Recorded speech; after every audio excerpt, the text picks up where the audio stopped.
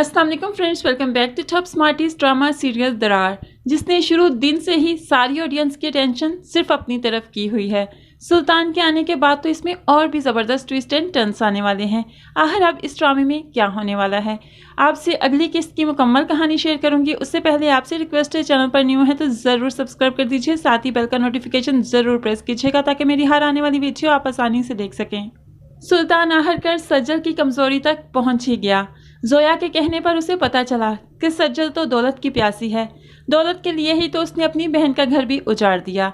ऐसे में वो उसको ढेरों ढेर दौलत देता है और साथ ही उसके साथ डील करता है कि वो शहीर के बिजनेस के सारे राज उन्हें बताएगी।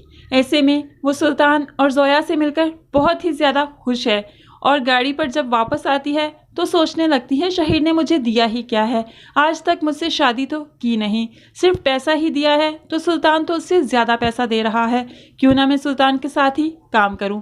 ऐसे में वो शहीर के खिलाफ होकर सुल्तान के साथ काम करने की हामी भर लेती है। अब सज्जल शहीर के साथ रहती तो है, क्योंकि उसके पास कोई और ठिकाना भी नहीं। ऐसे में वो जब रोज़ नित नए कपड़े पहनकर बन सवर कर बाहर जाती है, शहीर जो कि उसने दुनिया की हाथ छानी है, उसे भी पता चल जाता है कि इसके रंग ढंग अब क्या हैं। वो उससे सवाल करता है तो सज्जल भी भड़क पड़ती है, तुम कौन होते हो मुझसे सवाल करने वाले, मैं जहाँ मर्जी आऊँ जाऊँ मेरी मर्जी। तुमने आज तक कौन सा काम मेरी मर्जी से किया है, एक इरहा को तो तलाक दे नहीं सके, मुझसे सवाल क्यों करते हो। ऐसे में शहीर उसको बताता है कि वो इरहा को तलाक दे चुका है, इरहा के पास नोटिस पहुंच चुका है, लेकिन इसके साथ ही साथ जो दादी ने उसके साथ बिजनेस का हिस्सा किया था वो भी उसको भेजना ही पड़ेगा, क्योंकि वो इरहा की अमानत है, वो इरहा के पास ही जाएगा। इस बात पर भी इस सज्जल को बेइंतहा गुस्सा आता है।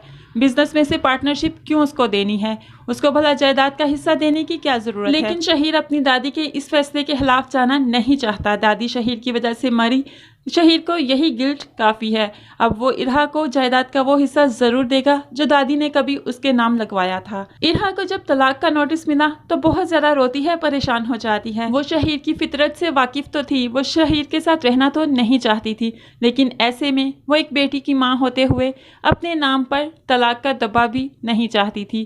खैर शहीर ने उसको ये दुख भी दे ही दिया।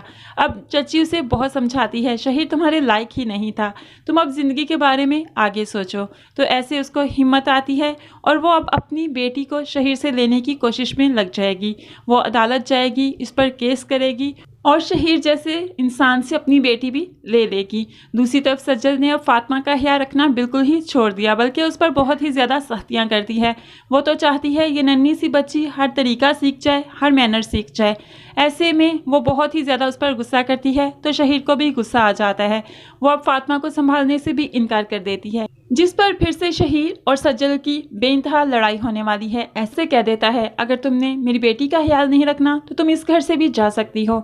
तो फ्रेंड्स आप क्या कहते हैं, क्या सज्जल इस घर से चली जाएगी या फिर इंसल्ट करवा कर भी इसी घर में रहेगी और सुल्तान के लिए काम करेगी शहीर के खिलाफ, शहीर के सारे राजो न्याज उसको बताएगी और शहीर को तबाह बर्बाद कर देगी।